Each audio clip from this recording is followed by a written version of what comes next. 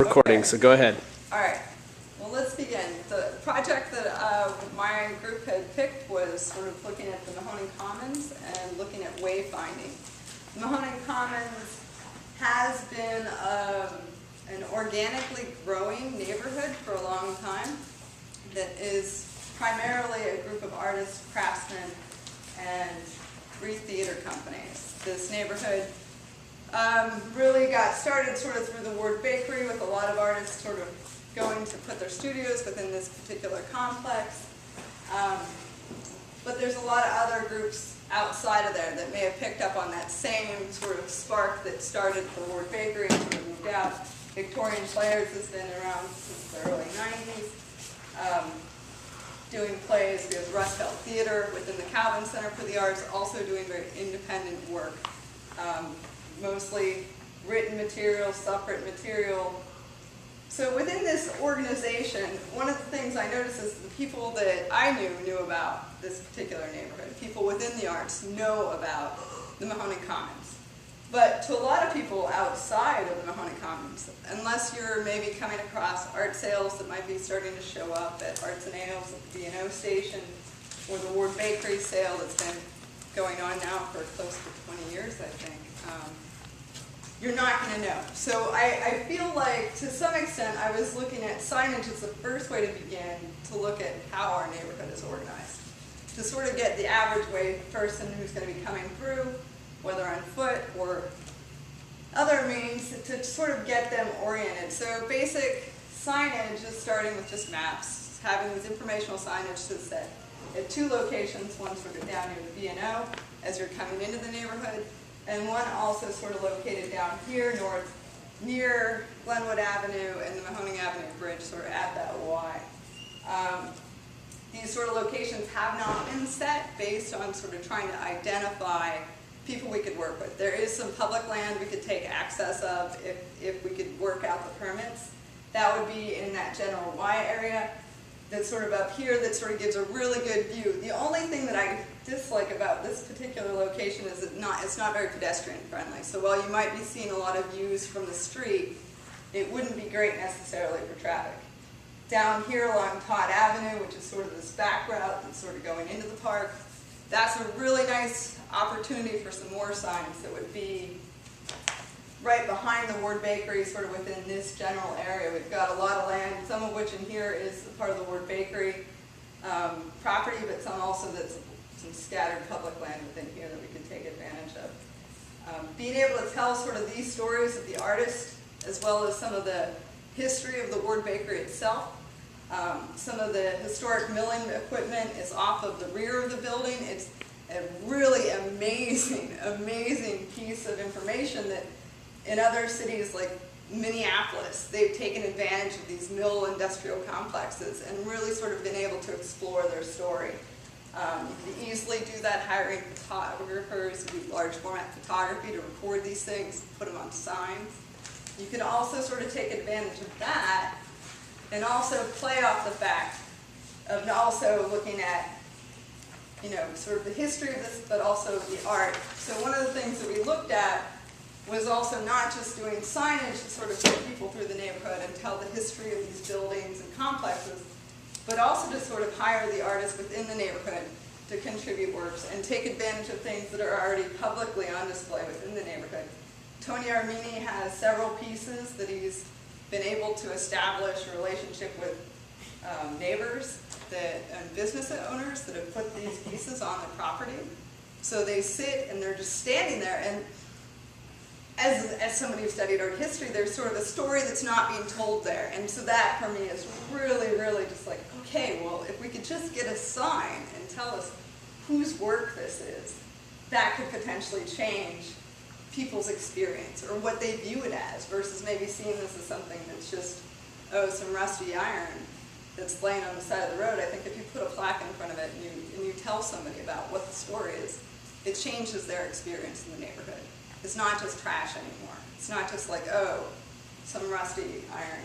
Same with this building is rough. The Ward Bakery does struggle with a lot of things, but one of the ideas that was a last-minute proposal, Jason was talking to the owner of the Ward Bakery, who was sad he didn't know about this project going on, so he was a little disappointed and was interested in, potentially having murals hung on the building as an alternative to maybe some other spots that might be a little bit more challenging, like hanging off of, I said below the Glenwood Avenue Bridge would be a great opportunity. It would. Visually, it's a beautiful way to impact it, but if we'd run into problems with engineering or getting permitting, we could have an alternative location off of the Ward Bakery. And so we have several spots that we sort of picked out that might be potential areas that could easily be hung sort of from the roof or suspended. And so these are three. The murals have already been made. There is 5 murals in total. The 3 largest ones are 9 by 12. Jason didn't give me specifics on the smaller ones yet, but they are 2 smaller panels. So he sort of gave me an estimate, and so that's where the smaller square represents one of these smaller pieces that go with the series. I think the other location that was also considered that might be potential would be off the L&E viaducts, both on this, well, I guess we would be looking on this side, we'd be looking east, so this would be our west face. Off the west face, you would have an opportunity where there was a former sign at one point. There's 2 bolt patterns that come off the wall. If that would be sort of invasive, there's also the possibility of going up off the structure and actually implanting them into sort of that earthen fill that would actually be off of this. But I believe one of the things that me and Jason had discussed about keeping these images safe, he gives them about a 3-year lifespan. He wants to do, they are in acrylic on canvas. He wanted to do a clear coat off of that to try and see if he could do a little preservation. Currently they are loose, so they're not necessarily hung, or I should say stretched. But he's talked about possibly using wood to kind of reinforce them and possibly maybe hang more like banners and with the loose reinforced backing. So this is the other component of the 3-phase program. So it was one, first start with signs, implemented sort of like pointing out these gems we have in the neighborhood related to arts, the history of these buildings, sort of that background, and then moving towards engaging people through visual arts where you're seeing, particularly in these areas where it's, I don't know, there's blocked out graffiti, and obviously we want to be creative, we want to see something there. So to provide something that's a little brighter, a little bit more alive, and to sort of reflect that. The last component, which I was kind of interested in, is story maps. Esri GIS is sort of a program that a lot of archaeologists feel comfortable with. That's probably why I got interested in this particularly. Because it's a good way to show how neighborhoods and places morph. You have sort of this idea of land development and maps, and the idea of this sort of open crowdsource allows for people to contribute to it too. So you're going to have this ability to gather stories, not just my stories, where I'm going to want to tell you about sort of the old electrical rail cars that ran through here, where you got artifacts that are sort of underneath the viaduct. You've got sort of these hidden little archaeological places that I would like to talk about. But you also have the ability for artists to upload their art, to necessarily put them in a location at the Ward Bakery, at their studio, but to allow for them to actually use this app to easily upload the work. With the open crowdsource material, you could probably do it for a temporary period of time. I think these things we would have to determine if you guys would choose my project.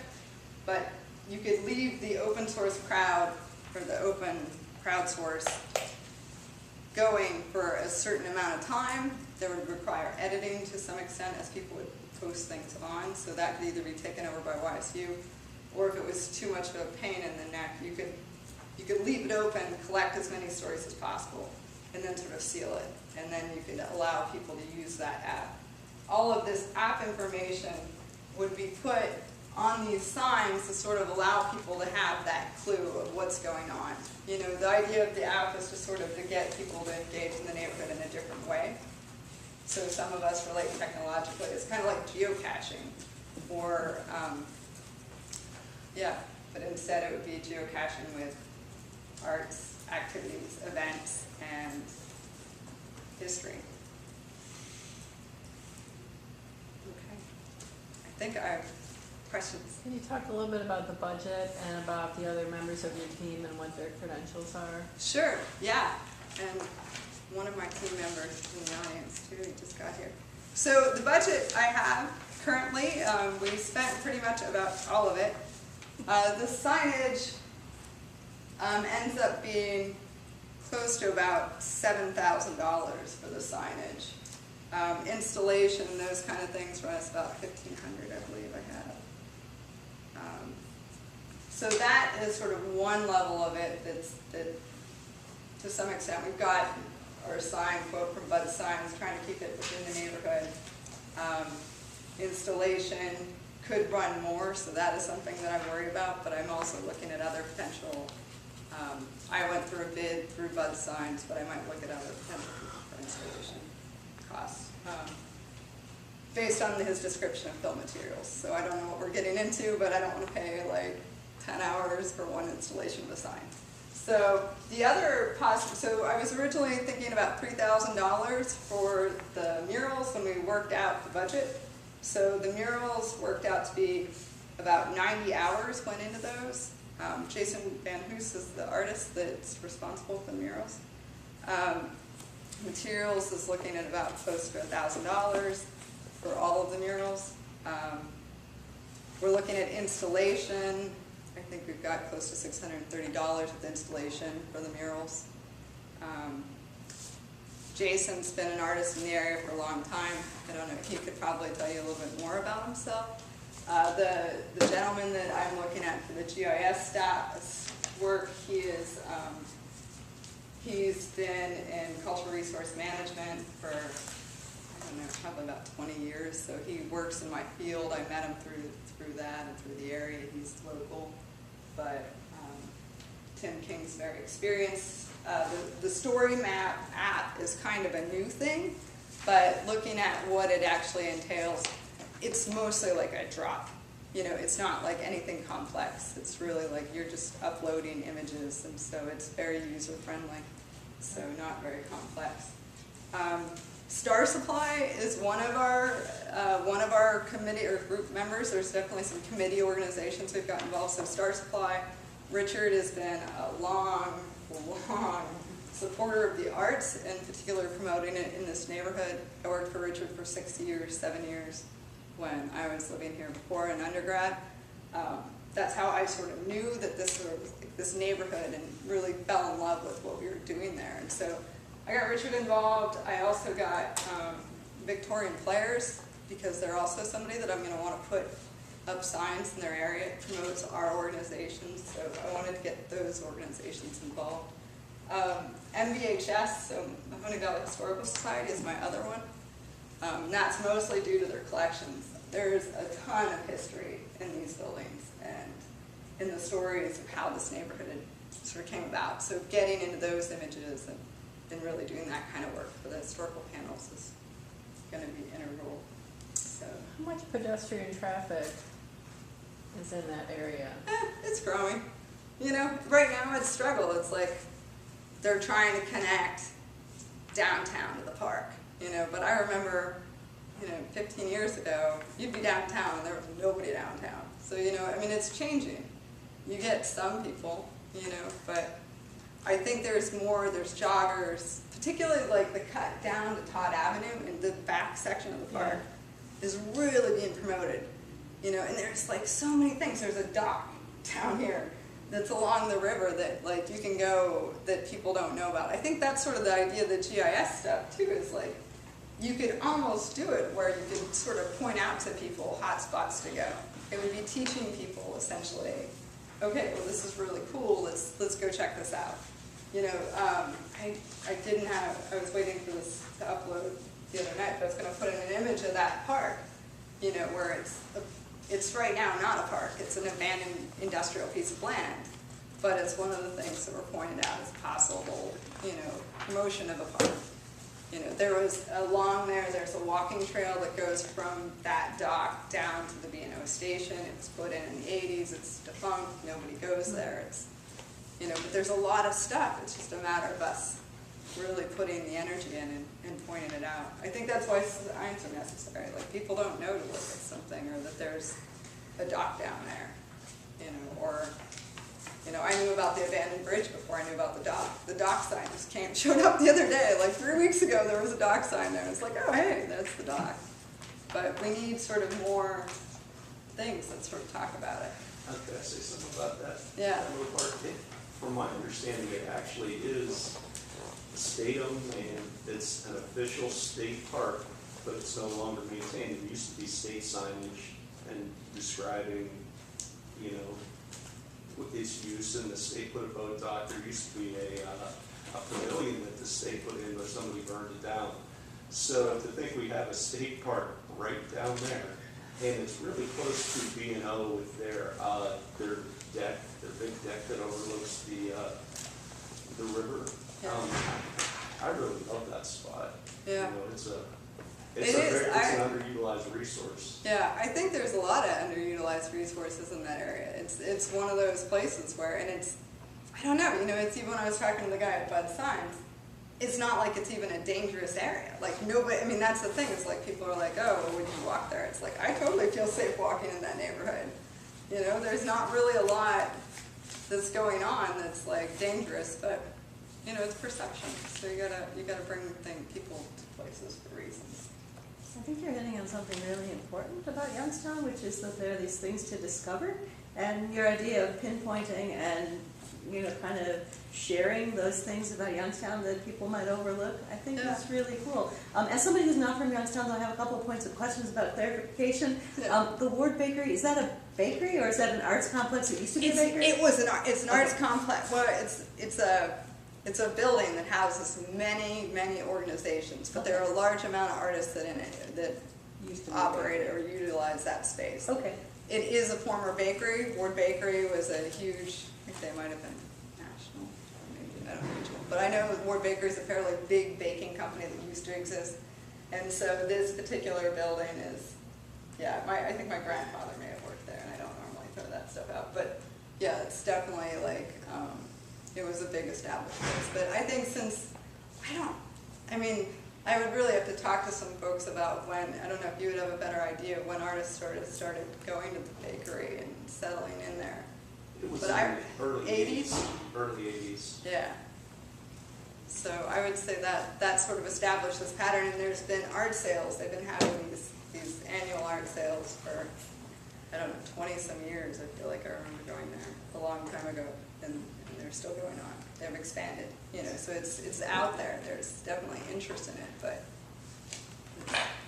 Do you have a question? I just have one other kind of clarifying Yeah. about Youngstown, which is you referenced Star Supply, which is a place that I've always seen and been curious about. How you noted that they're a partner. In what way are they partnering on the project? They're potentially going, well, he's definitely somebody I consulted with, just even about the graphics of the signs. Not to say that Richard can definitely be with somebody that likes to overdo the signs, but he is a sign guy. He's also probably going to help out. He would offer us money, but we can't take money. So I've asked for like assistance with potentially putting some of these things in and helping with sort of that stuff, maybe donating materials. Cool. Yeah, but he's also good because he's been in the neighborhood forever. I've been going to Mahoney Commons meetings. This is the organization in the Commons. And he's been a part of that, so getting people on board for the project was another reason why I wanted to go to Richard, is because I think Richard's a good person to say, hey, do you know somebody over here? Could you talk to them about putting a sign in their yard? Yeah. So I have a question. Are the three parts of this project completely essential? Can they be taken apart? Can they? What do you see as the most essential in these three things? Yeah, I mean everything. Yeah, of course things can can be separated out, right? Like, I mean, and it all depends on, I guess, what the agreement of the budget. Yeah, I think that I like the idea of having, I'm a big fan of public art. I really like having art in our neighborhood. I like seeing something visually that impacts you, that sort of tells and defines that. I love the idea of this, of sort of breaking out, you know, what's your story of this place, and allowing people to kind of go into a place and then them tell their story, and allowing that to happen where, because we all would tell it differently, right? There's not somebody that's going to tell the same story for the same place or their experience. So, yeah, I think these two things are really strong. I know signage is fairly standard, right? There's, I mean, you can break out of it. I do think the history of these buildings is important.